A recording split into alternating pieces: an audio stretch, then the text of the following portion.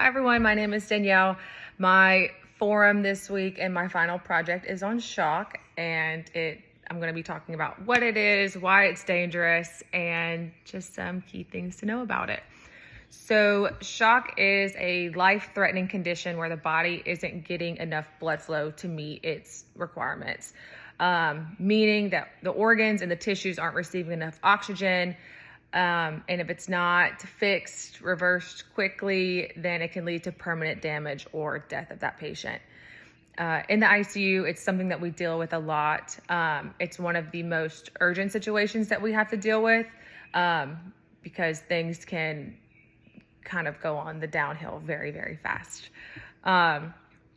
So types of shock, there are many different types. You have hypovolemic shock, where it could be, you have substantial amount of blood or fluid loss, like from a trauma or dehydration. We have cardiogenic shock, when the heart's not necessarily pumping effectively, usually after a massive heart attack. Distributive shock, which includes septic shock, occurring when the blood vessels dilate and the blood is going to pool in those blood vessels instead of circulating throughout the entire body. And obstructive shock, which is when something is physically blocking the blood flow, like pulmonary embolism. So each different type has different causes, but at the end of the day, the result can be the same, with poor tissue perfusion, lack of oxygen going in the body. So with shock, the body is going to try to compensate first.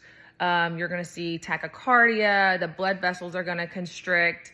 The blood is essentially it's shunted away from your extremities, and they want to keep it in the trunk to keep the vital organs with enough blood and oxygen and keep those perfused. But the underlying problem, if it's not fixed, the compensation mechanisms will essentially fail because the body will tire out, and you'll see the blood pressure drop, and then the cells not making enough energy to keep the body going, and you'll start to go into organ failure. So some signs, symptoms, diagnosis. The signs can be low blood pressure, tachycardia, cool, clammy skin due to where the blood is going to be held within the body, some confusion due to lack of oxygen flow, and then decreased urine output because you want to hold on to every ounce of fluid that you can at the time. But in the ICU, it is mainly confirmed with vitals and labs, most likely lactics.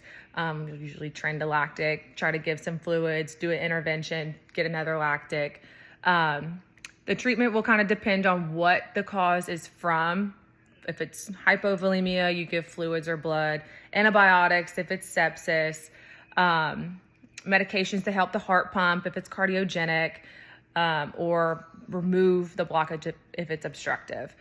There's also a lot of evidence-based practice and protocols from the Surviving Sepsis campaign to kind of help guide care. But with the facility that I work at, we have a lot of order sets that kind of help us navigate through what we need to do with standing orders.